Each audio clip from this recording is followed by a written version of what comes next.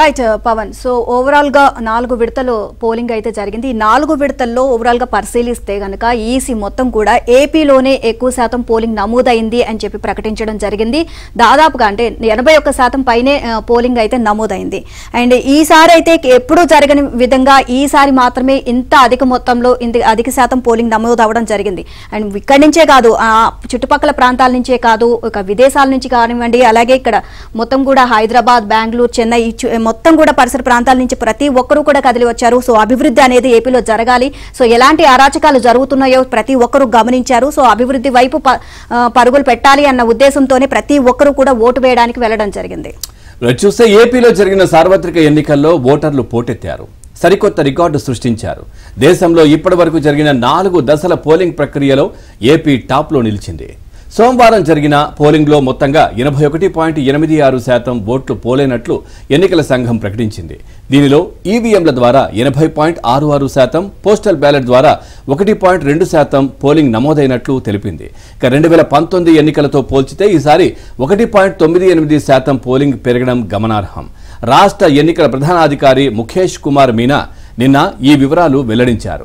రాష్ట్రంలో 4,13,33,702 మంది ఓటర్లు ఉండగా వారిలో 3,33,40,560 మంది ఓటర్లు తాజా ఎన్నికల్లో తమ ఓటు హక్కు వినియోగించుకున్నారు.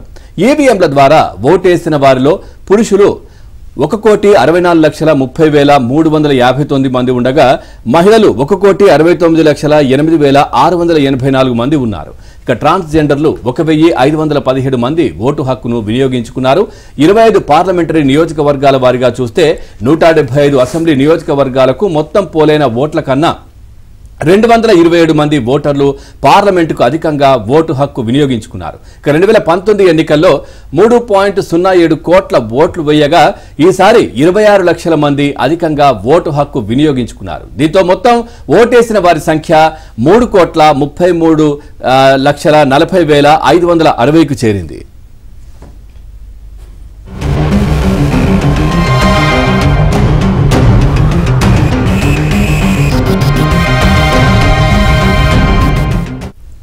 ఇక రాష్ట్ర వ్యాప్తంగా ఉద్యోగులు, సర్వీస్ ఓటర్లు, 85 ఏళ్లు పైబడిన వృద్ధులు, దివ్యాంగులు పోస్టల్ బ్యాలెట్ ద్వారా ఓటు హక్కు వినియోగించుకున్నారు. పోస్టల్ బ్యాలెట్ ద్వారా 1.2% పోలింగ్ నమోదైంది. పోస్టల్ బ్యాలెట్ తో కలుపుకుంటే 81.86గా పోలింగ్ నమోదైంది. వీరిలో ఎన్నికల విధుల్లో ఉన్న ఉద్యోగులు 4.44 లక్షల మంది, 85 ఏళ్లు పైబడిన వృద్ధులు 13,700 మంది, దివ్యాంగులు 12,700, అత్యవసర సర్వీస్ ఓటర్లు 27,100 మంది ఉన్నారు. ఇక 2019 ఎన్నికల్లో 2.62 లక్షల మంది పోస్టల్ బ్యాలెట్లను వినియోగించుకోగా ఈసారి 4.97 లక్షల మంది ఓటు వేశారు. 3,500 పోలింగ్ కేంద్రాల్లో సాయంత్రం 6 గంటల దాకా కూడా పోలింగ్ కొనసాగింది. గత ఎన్నికలతో పోలిస్తే 2.09% పోలింగ్ పెరిగింది. 2019తో పోలిస్తే ఈసారి 1% ఈవీఎం ఓటింగ్ లోనే పెరిగింది.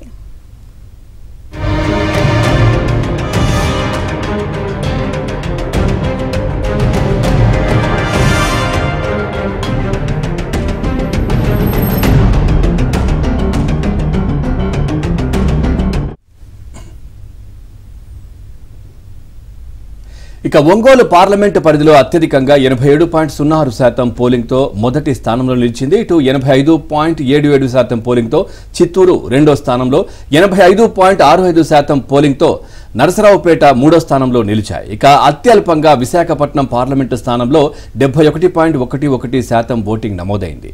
తర్వాత స్థానంలో అరకు 73.68%, మూడో స్థానంలో శ్రీకాకుళం 74.43% ఉన్నాయి. దర్శి అసెంబ్లీ నియోజకవర్గంలో 90.91% పోలింగ్ నమోదైంది. ఇక 89.89% ఓటింగ్తో జగ్గయ్యపేట రెండో స్థానం, 89.88% పోలింగ్తో కుప్పం మూడో స్థానంలో నిలిచాయి. అత్యల్పంగా తిరుపతి అసెంబ్లీ నియోజకవర్గంలో 63.32% పోలింగ్ నమోదైంది. ఇక రెండో స్థానంలో విశాఖపట్నం సౌత్ 63.42%, మూడో స్థానంలో కర్నూలు 63.75% నిలిచాయి. ఇదే అంశానికి సంబంధించి మరిన్ని అప్డేట్స్ మా కరెస్పాండెంట్ సత్యాన్ని అడిగి తెలుసుకుందాం. సత్య, 4 దశల్లో పోలింగ్ నమోదైన నేపథ్యంలో ఓవరాల్ గా చూస్తే ఏపీనే టాప్ ప్లేస్ లో ఉన్నట్లుగా తెలుస్తోంది. అధిక మొత్తంలో అధిక శాతం పోలింగ్ నమోదైనట్లుగా సో ఈసీ వెల్లడించడం జరిగింది. సో ఓవరాల్ గా అప్డేట్స్ ఏంటి? దేశంలో 96 పార్లమెంటు స్థానాలకు 4వ దశలో ఎన్నికలు జరిగాయి. ఈ ఎన్నికలు జరిగిన అన్ని రాష్ట్రాల్లో కంటే కూడా ఆంధ్రప్రదేశ్ ఓటరు దుమ్మిరేపినట్టుగా మనకు గణాంకాలు చూస్తే అర్థమవుతోంది. ముఖ్యంగా ఇది దేశం ఈ 4వ దశలోనే ఒక రికార్డుగా మనం చెప్పుకోవచ్చు. అదేవిధంగా ఉమ్మడి ఆంధ్రప్రదేశ్ లో కావచ్చు, విభజిత ఆంధ్రప్రదేశ్ లో కావచ్చు, మొన్న నమోదైనటువంటి పోలింగే అత్యధిక పోలింగ్ అని చెప్పేసి ఇప్పటికే రికార్డులు చెబుతున్న పరిస్థితి అయితే ఉంది. సరికొత్త రికార్డులను అయితే మాత్రం ఏపీ ఓటరు అయితే మాత్రం నమోదు చేసిన పరిస్థితి అయితే ఉంది. ఓటింగ్ కు 81.86% అత్యధికంగా వచ్చిన పరిస్థితి. వీరిలో గతంలో కంటే కూడా ఈసారి 1.98% ఓటింగ్ పెరిగింది.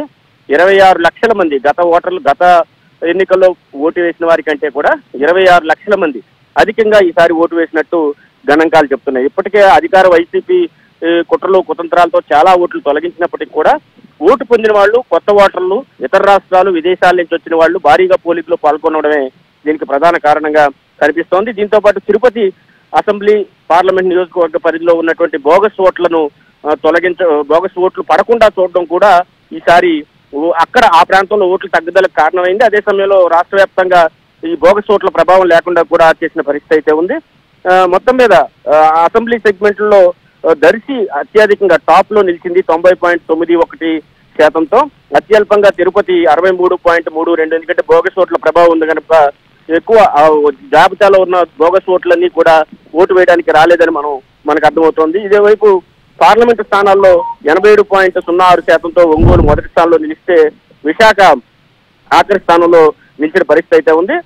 2019లో ఏదైతే చాలా తక్కువగా నమోదైంది దీనికి సంబంధించి బ్యాలెట్ ఓటింగ్ కి సంబంధించి, ఈసారి అది డబల్ అయిన పరిస్థితి అయితే మనకు కనిపిస్తోంది. మొత్తం మీద 3.07 కోట్ల ఓట్లు గతంలో వేయగా ఈసారి దానికంటే కూడా 26 లక్షల మంది ఓటర్లు అధికంగా ఓటేశారు. ఈసారి ఓటేయడానికి ఓటరు ఎంతో ఉత్సాహం చూపించినట్టుగా మనకు కనిపిస్తోంది. అదే సమయంలో స్పష్టమైన తీర్పు ఇవ్వాలని ఓటరు ముందుగానే నిర్ణయించుకోవడంతో ఇటువంటి ప్రయత్నం అయితే మాత్రం జరిగినట్టుగా మనకు అర్థమవుతుంది. ఉదయం నుంచి కూడా భారీ ఎత్తున ఓటర్లు పోలింగ్ బూతుల్లో ఉండడం, సాయంత్రానికి కూడా రాత్రి 2 గంటల వరకు కూడా పోలింగ్ జరగడంతో భారీ ఎత్తున ఈ ఓట్లు పోలేనట్టుగా మనకు స్పష్టమవుతోంది.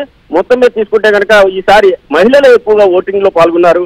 1,64,30,359 మంది మహిళలు పోలింగ్ లో పాల్గొనగా 1,69,884 మంది మహిళలు ఓటింగ్ లో పాల్గొనగా పురుషులు 1,64,30,359 మాత్రమే పాల్గొన్న పరిస్థితి అయితే ఉంది. ఇక ట్రాన్స్జెండర్లు 1,517 మంది ట్రాన్స్జెండర్లు ఈసారి పోలింగ్ లో పాల్గొన్న పరిస్థితి అయితే ఉంది.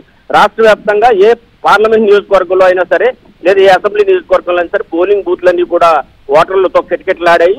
దీంతో ఓటర్లు ప్రతి ఒక్కరిలో కూడా చైతన్యం పెరగడం, ముఖ్యంగా విశాఖపట్నంతో పాటు అంటే గతంలో పోల్చిన మిగతా పార్లమెంట్ స్థానాలతో పోలిస్తే ఓటింగ్ తక్కువైనప్పటికీ కూడా గతానికంటే చాలా ఎక్కువ నమోదవడం, ఒక రకంగా పట్టణాల్లో ఓటింగ్ శాతం పెరగడం కూడా ఒక శుభ సంకేతమని సీఈఓ వ్యాఖ్యానించిన పరిస్థితి అయితే ఉంది. అయితే పోలింగ్ పూర్తయిన తర్వాత జరిగినట్టు హింసాత్మక ఘటనల విషయంలో కొంత మేరకు సీఈఓ ఆగ్రహంగా వ్యక్తం చేశారు. అదేవిధంగా సీఎస్ ను, అదేవిధంగా డీజీపీని కూడా కేంద్ర ఎన్నికల సంఘం ఈ రోజు పిలిపించిన పరిస్థితి కూడా ఉంది.